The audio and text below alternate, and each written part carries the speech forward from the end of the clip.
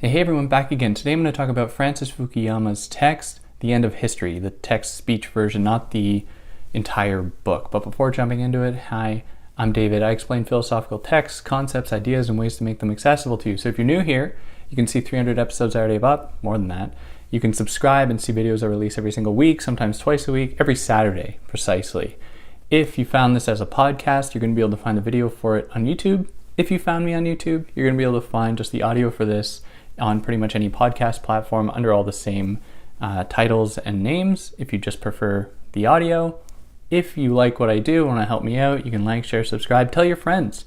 They might get a kick out of it. You can help me out monetarily via Patreon or PayPal, but obviously no pressure to do that. If you want to follow me elsewhere, you can find me on Instagram at theory_and_philosophy or on Twitter at David Guineo. You can also find me on TikTok at Theory Philosophy if you're into that at all. Links for all such things in the description. And yeah, every time I keep this intro up to a minute, and now I'm going over it to explain it to you. But just so you know, in the future, if you ever just want to skip it, the minute mark is where you can jump back in. Anyways, Francis Fukuyama's The End of History, which is either, at best, Francis Fukuyama's demonstration of his lack of understanding of Hegel, history, and geopolitics, or at worst, it's just his effort to spread conservative propaganda to an academic audience, which I didn't necessarily know.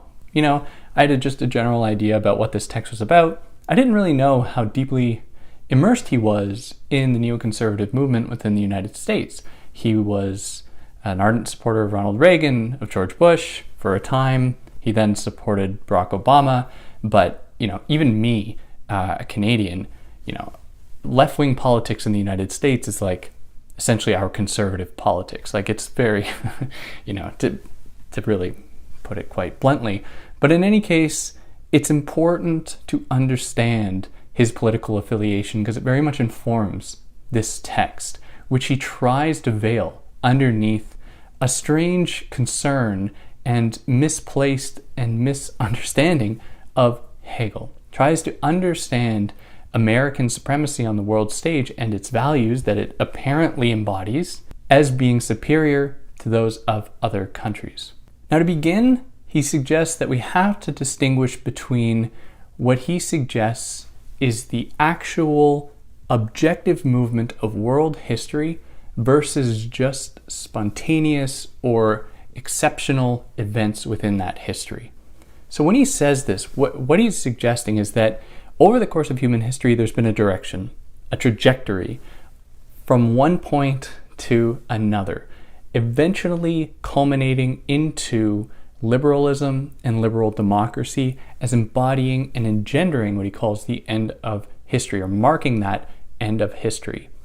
Everything else he suggests, all other ideological viewpoints, authoritarianism, communism, fascism, are all relics of history, whereas liberal democracy is the point in which we have arrived at the crystallization of perfect human social relations in market capitalism, and therefore we no longer need to argue about anything. We've essentially made it as far as human history goes.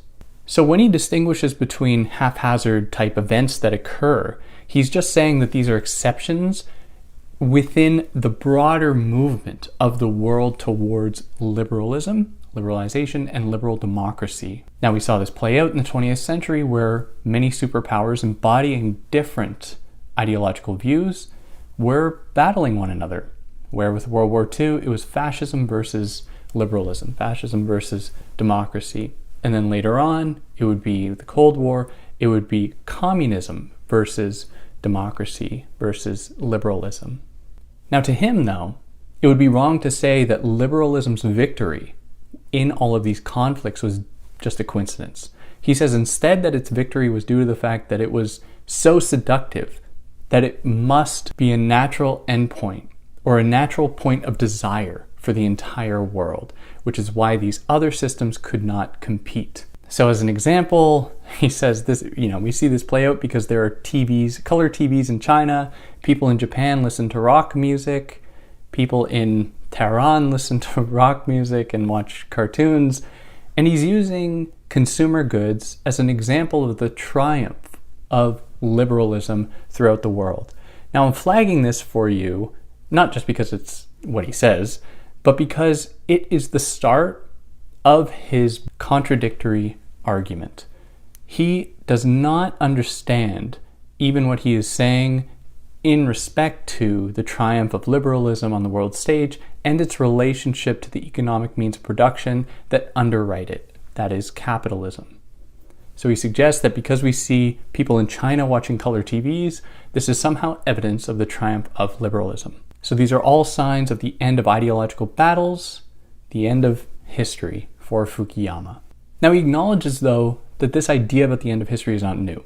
Going all the way back to Karl Marx, a similar idea was there, where Marx suggested that humans were going to go through various stages to arrive finally at communism, in which basic human needs would all be met, and people could allocate their time and energy to things that actually meant something beyond just providing for themselves.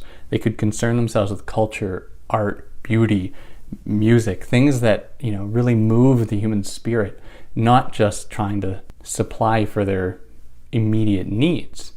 Now, Fukuyama takes this to say that Marx was just wrong. In fact, the end point is capitalism. But Fukuyama goes even further back to suggest that this idea about the end of history can actually be found in Hegel.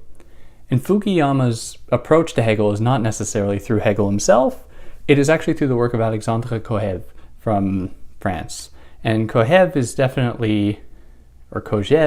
actually embodies a certain strand of Hegelian thought, certainly a conservative approach to it as far as its embrace of these values of liberalism as they would dovetail and connect with financial market capitalism. But in any case, Fukuyama's understanding of Hegel is motivated primarily through Kojev's understanding of Hegel, which is just only one, of course, interpretation.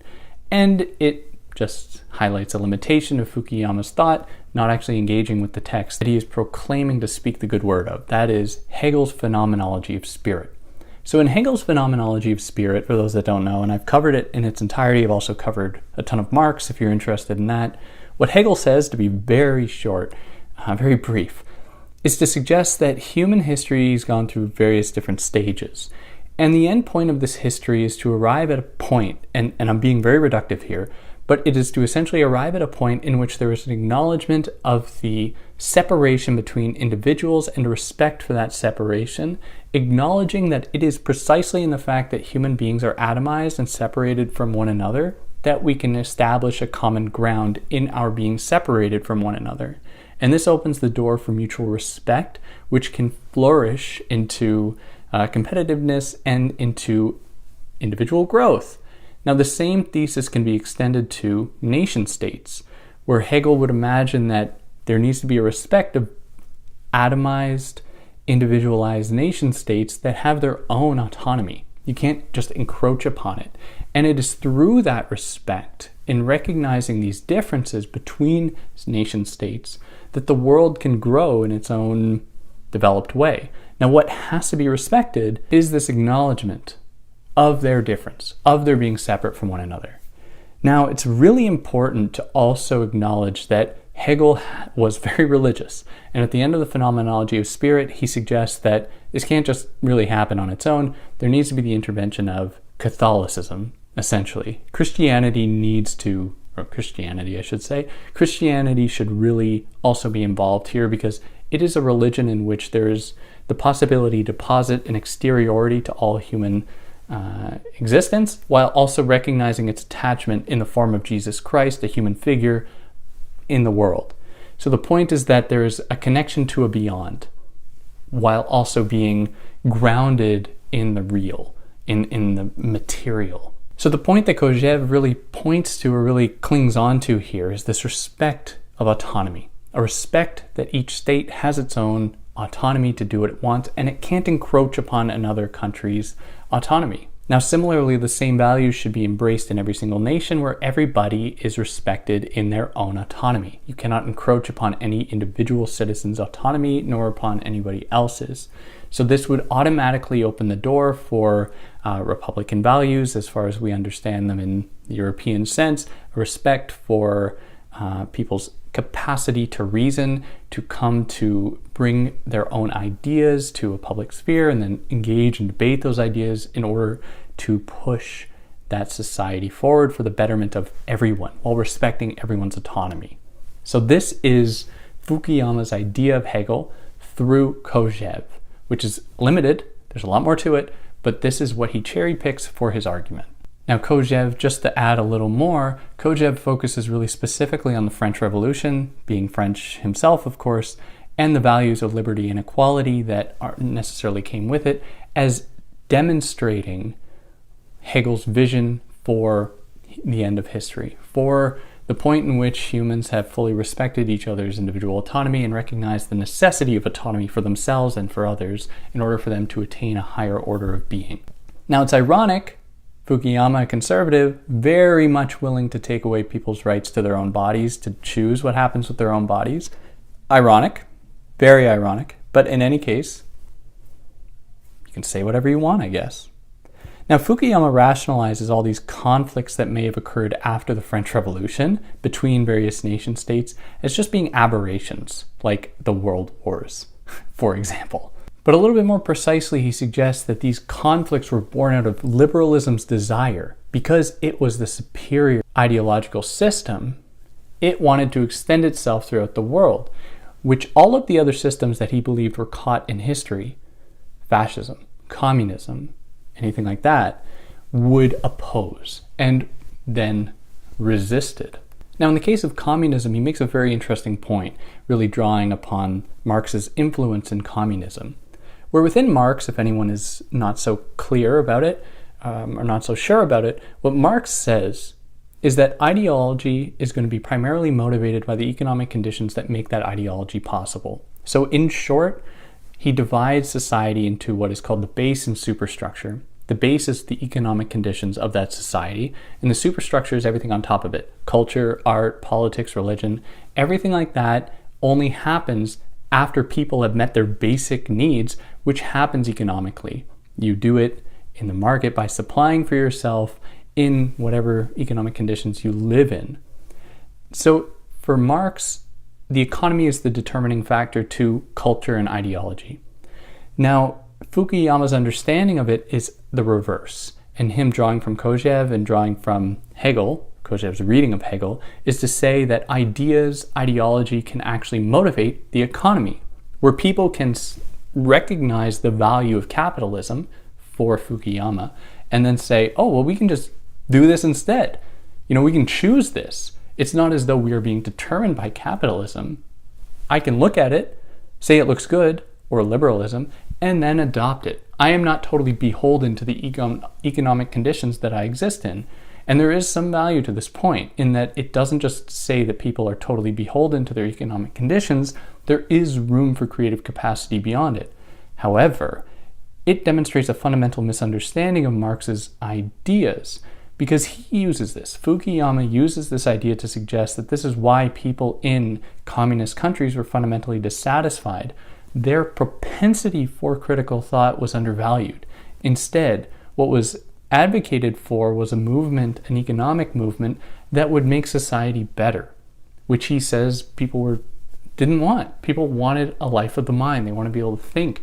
They wanted to be able to exist ideologically. But here he is simply conflating those moments in which communism emerged with what Marx said. And for those of you out there that are definitely typing your reactionary fingers away, you'd say, well, oh, you're one of those people who say that those weren't real examples of communism, to which I say yes. When Marx wrote about the advent of communism, he was very clear that certain conditions had to be met for it to occur organically.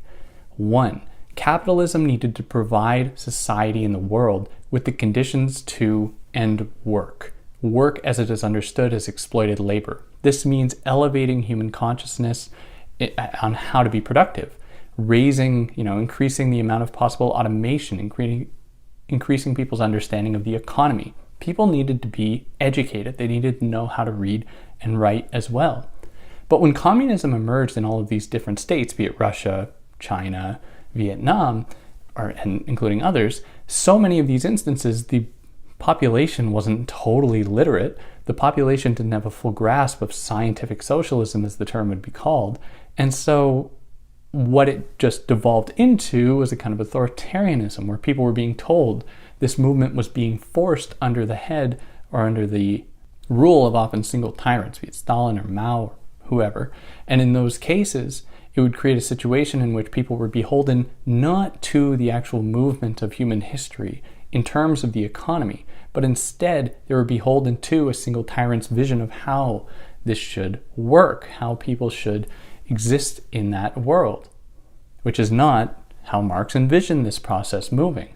It would be run by the workers, not a single leader head who's going to decide how these things unfolded. So in that case, no. These examples are not demonstrative of Marx's vision for communism, which Fukuyama, of course, does not understand. Fukuyama is instead internalizing popular ideas about what communism is and Marx's influence on it that he probably got from his Republican friends or Republican multi-billion-dollar media that was telling him what to think about these things. It doesn't really seem fully informed by either an engagement with Marx, this is certainly not quoted here, or with Hegel, really, to understand how these processes, how world history moves organically, and when it is forced, of course, it is going to devolve into very oppressive systems, like fascism, like totalitarianism.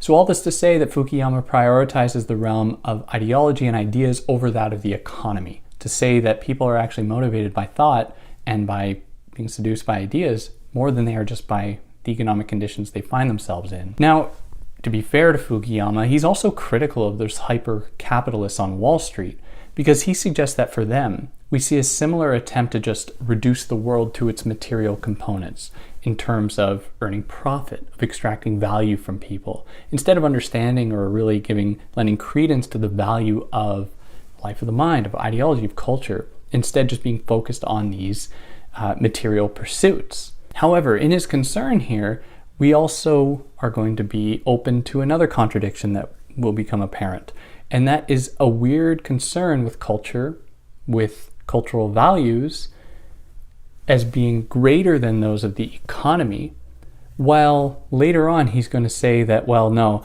the end of history marks the end of culture, the end of values, and we're just going to totally embrace this weird new economic system as the determining factor. And, if you're having trouble following, welcome to the club.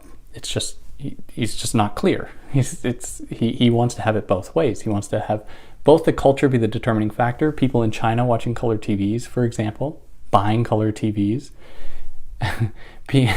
people in Japan listening to Beethoven, all cultural things, while also crediting capitalism with motivating these things, which sounds to me like he's really pointing to the economy as being the determining factor here. But in any case, we have to just try and decipher what he's trying to say. So more precisely, his view about capitalism is to say that it is almost like the strong man of liberalism. It just tries to spread the good word of liberalism, tries to just make it seem as though liberalism is good. It gives people things they want. And they say, well, it's attached to liberalism, capitalism's attached to liberalism, so yeah, for sure, this is something we have to adopt. Of course, this would be amazing. But of course, not everyone submits to these ideas. And in order to write these other oppositional ideas off, he just says that they're strange. They don't make any sense. Like Russian opposition or Chinese opposition or Vietnamese opposition in the Vietnam War or Cuban opposition, all of these different countries, he says that these people, they're just strange. It just doesn't make sense. They're just trying to oppress themselves. They need to eventually just come into the spectral light of liberalism to the end of history, and they will live happy, joyous lives. Of course, forgetting that people in the United States can't afford rent. People in the United States can't access healthcare. People in the United States, primarily women, don't have access to, in many different states, to choose what happens to their own bodies, which is just a direct infringement upon this Hegelian idea of respecting autonomy and others. But, these people like to cherry pick what is convenient for their propaganda machine instead of actually applying the very intricacies of this thought universally, which of course would mean them undoing or opposing their political affiliations and the people who they're in bed with, the corporations they're in bed with. Now back to the 20th century and back to history of the world wars, he suggests that fascism was an effort to try to counter the chaos that it viewed liberalism to contain, where people were unordered. So fascism was just a reaction to try to impose order, to make people really see the value of a systematic way of thinking and living in the world.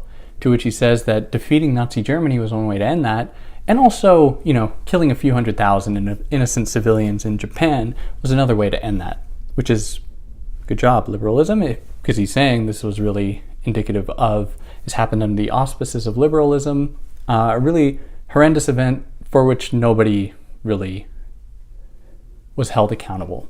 Civilians, killed civilians, hundreds of thousands, dead. But this perfect system. Now, in terms of communism, for him, he believed that communism viewed liberalism and capitalism as still containing these contradictions. How Marx saw it was that there was a contradiction between workers and capitalists, where capitalists were taking money from workers that they were actually giving back to the capitalists in form of their labor, and they were being underbought. Labor power was being underbought, and so therefore we are existing in an untenable system that is unsustainable, because people's value is constantly going to be extracted greater than it's going to be put back in, and there's going to be a drying up pool of possible laborers, which is going to mean that there's going to be a drying up pool of possible consumers, and the whole system will crash, and capitalism will repeatedly crash. And this is what Fukuyama believes that the communists thought about capitalism. Now, he says that actually the communists here were wrong, because America actually created the system that Marx envisioned, like a classless society. He actually says this. That America created the conditions that Marx envisioned as a more equal society, creating equal society, and says that, yeah, sure, there's income inequality, but things are so much better. And he's just falling victim to the idea of things being better and conflating it with things being even better. He's suggesting that, they're better than they were a few hundred years ago, so therefore we don't need to do anything more. We've arrived at the end of history, things are perfect, which is just a way to naturalize the current state of affairs, to naturalize the ongoing oppression of lower classes, of Black, Hispanic people within the United States, and to make it seem as though these people are living their best lives, which is very much not the case. En masse, these people are being exploited, and the system is largely to blame for that. Now, to get around this, he says that in the case of the exploitation of Black people in the United States, this has less to do with liberalism and more to do with legacies of slavery that came before it, that he says were wrong. And he also criticizes colonialism. And it's a very convenient way to get around criticism by saying that anything wrong in this system, like income inequality, like women not having access to their own bodily autonomy, are just aberrations. And we can't take them as indicative of the system itself, which is very convenient. And it's funny that the same line of argumentation does not actually apply to other systems as well. Of course, I don't want to live under a fascist system, like duh. But if you're going to be mounting this type of critique, you have to be very much prepared to acknowledge why your exceptions are more valuable, or, we don't need to take them as seriously as the exceptions within another kind of system. And it just demonstrates a weakness of his argument. Now, consumerism for him was a driving factor to push people towards liberalism. But if you're hearing me correctly, then you might say, well, I thought that the economy was not really a determining factor. But he says, and in his words, economic reform doubled Chinese grain output, which gave Deng Xiaoping a solid political foundation. So what he's saying here is that the economy and the economic conditions of that system motivated political and ideological views. It's like, what is he saying? I don't know.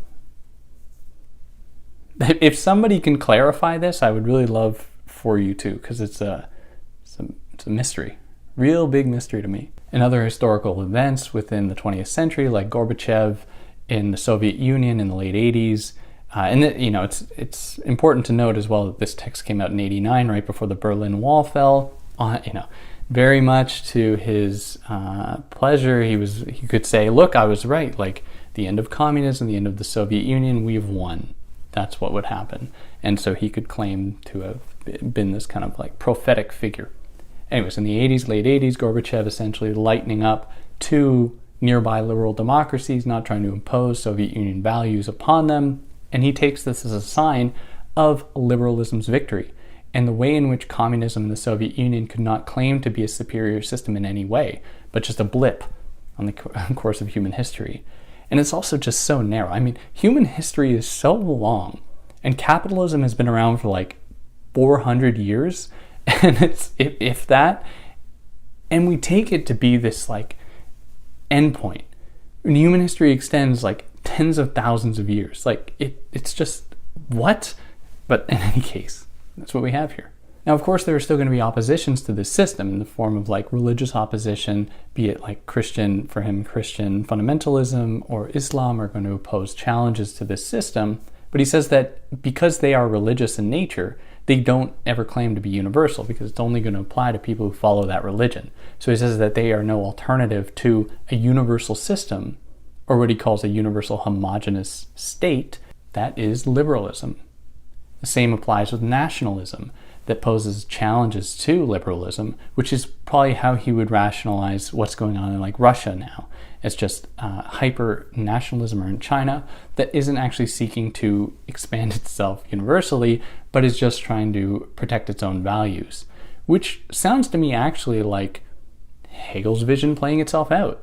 But he rationalizes it and suggests that these are aberrations and will eventually come into the spectral light of advanced market capitalism, and that'll be it. Now, like I mentioned earlier, he is critical of the history of colonialism as being an effort toward territorial aggrandizement, that is, expansion to other countries and imposing values on others. He says that this is wrong, and this history was wrong. But it's ironic because, like we'd see under the Bush administration, that he supported the imposition of American values on the people of Iran, Afghanistan, Iraq. And not to mention the hundreds of thousands of dead civilians there, the hands of Americans as well. But this is the ideological views he supports. And how does he rationalize them in terms of this liberal respect for other nations, sovereignty, sovereign nations? Hard to say. It's almost as though he would need to rethink his thesis, almost as though he was just flat out wrong here, and we shouldn't take him seriously in any respect.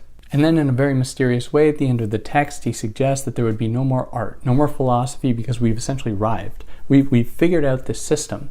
But even to me, if we fully embrace this idea, like even if we suspend all doubt or all suspicion about the integrity of his argument and say, market capitalism, liberalism, we've arrived. These things are not settled science. Like the way in which capitalism is going to function is not the same everywhere. The amount of government intervention, for example, is going to have an effect. The way the involvement with other neighboring states is going to have an effect. And these have to be argued, these have to be debated in any case. Even the limits of or the conditions of liberalism, like how in the States right now, half the population's right to their own bodies have been taken from them. They don't get to choose what happens to their individual selves, which is ironic. But in any case, this is the liberalism that he really champions. And that's pretty much it of Fukuyama's The End of History. There are minute details. There's the whole book, which I'm not going to cover because it's just the same thing said on repeat. Historical evidence used to really justify his point.